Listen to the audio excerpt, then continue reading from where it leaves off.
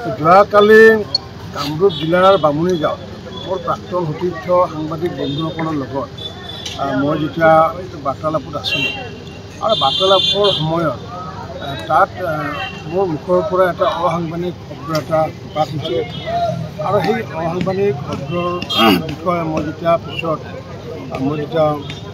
বোধগম্য মোৰ হ'ল তাৰপিছত যেতিয়া মই দেখিলোঁ সেই অসাংবিধানিক শব্দটো আচলতে মুখৰে ওলাব নালাগিছিল, কিবা কাৰণত ওলাই গ'ল। ওলাই যোৱাৰ পিছত এইটো বাক্য এই শব্দটো লৈ পেলাই বহুতে দুখ প্ৰকাশ কৰিছে আৰু কিছুমানে হয়তো মোৰ বিপৰীতে হয়তো এজাহাৰো ৰুজু কৰিছে। গতিকে যিসকলে এজাহাৰ ৰুজু কৰিছে বা যিসকলে দুখ প্ৰকাশ কৰিছে আৰু দুখ প্ৰকাশ কৰাটো স্বাভাৱিকেই, কাৰণ সেই শব্দটো আচলতে মোৰ মুখৰ পৰা স্ক্ৰিপ্টত টানি হওক বা যি কাৰণটো ওলাই গ'ল তাৰ কাৰণে মই নিজে অনুতপ্ত। গতিকে সকলো অসমবাসী ৰাইজৰ ওচৰত মই এই শব্দটো মোৰ মুখৰ পৰা যাতে দুনাইবাৰ নোলায় তাৰ কাৰণে মই নিশ্চিত ৰূপত মই অভিযুক্ত হ'ম আৰু সকলো ৰাইজকে মই ক্ষমা প্ৰাৰ্থনা বিচাৰিম। যোৱাকালি কামৰূপ জিলাৰ বামুণী গাঁৱত মোৰ প্ৰাক্তন সতীৰ্থ সাংবাদিক বন্ধুসকলৰ লগত মই যেতিয়া বাৰ্তালাপত আছিলোঁ আৰু বাৰ্তালাপৰ সময়ত তাত মোৰ মুখৰ পৰা এটা অসাংবিধানিক শব্দ এটা প্ৰকাশ হৈছে আৰু সেই অসাংবিধানিক শব্দৰ বিষয়ে মই যেতিয়া পিছত বোধগম্য মোৰ হ'ল তাৰপিছত যেতিয়া মই দেখিলোঁ সেই অসাংবিধানিক শব্দটো আচলতে মুখৰে ওলাব নালাগিছিল, কিবা কাৰণত ওলাই গ'ল। ওলাই যোৱাৰ পিছত এইটো বাক্য এই শব্দটো লৈ পেলাই বহুতে দুখ প্ৰকাশ কৰিছে আৰু কিছুমানে হয়তো মোৰ বিপৰীতে হয়তো এজাহাৰো ৰুজু কৰিছে।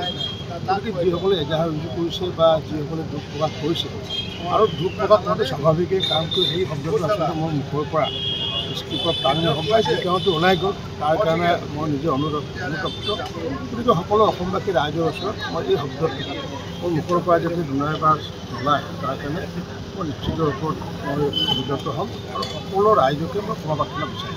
যোৱাকালি কামৰূপ জিলাৰ বামুণী গাঁৱত মোৰ প্ৰাক্তন সতীৰ্থ সাংবাদিক বন্ধুসকলৰ লগত মই যেতিয়া বাৰ্তালাপত আছিলোঁ আৰু বাৰ্তালাপৰ সময়ত তাত মোৰ মুখৰ পৰা এটা অসাংবিধানিক শব্দ এটা প্ৰকাশ হৈছে আৰু সেই অসাংবিধানিক শব্দৰ বিষয়ে মই যেতিয়া পিছত বোধগম্য মোৰ হ'ল তাৰপিছত যেতিয়া মই দেখিলোঁ সেই অসাংবিধানিক শব্দটো আচলতে মুখৰে ওলাব নালাগিছিল, কিবা কাৰণত ওলাই গ'ল। ওলাই যোৱাৰ পিছত এইটো বাক্য এই শব্দটো লৈ পেলাই বহুতে দুখ প্ৰকাশ কৰিছে আৰু কিছুমানে হয়তো মোৰ বিপৰীতে হয়তো এজাহাৰো ৰুজু কৰিছে। গতিকে যিসকলে এজাহাৰ ৰুজু কৰিছে বা যিসকলে দুখ প্ৰকাশ কৰিছে আৰু দুখ প্ৰকাশ কৰাটো স্বাভাৱিকেই, কাৰণ সেই শব্দটো আচলতে মোৰ মুখৰ পৰা স্ক্ৰিপ্টত টানি হওক বা যি কাৰণটো ওলাই গ'ল তাৰ কাৰণে মই নিজে অনুতপ্ত। গতিকে সকলো অসমবাসী ৰাইজৰ ওচৰত মই এই শব্দটো মোৰ মুখৰ পৰা যাতে দুনাইবাৰ নোলায় তাৰ কাৰণে মই নিশ্চিত ৰূপত মই অভিযুক্ত হ'ম আৰু সকলো ৰাইজকে মই ক্ষমা প্ৰাৰ্থনা বিচাৰিম।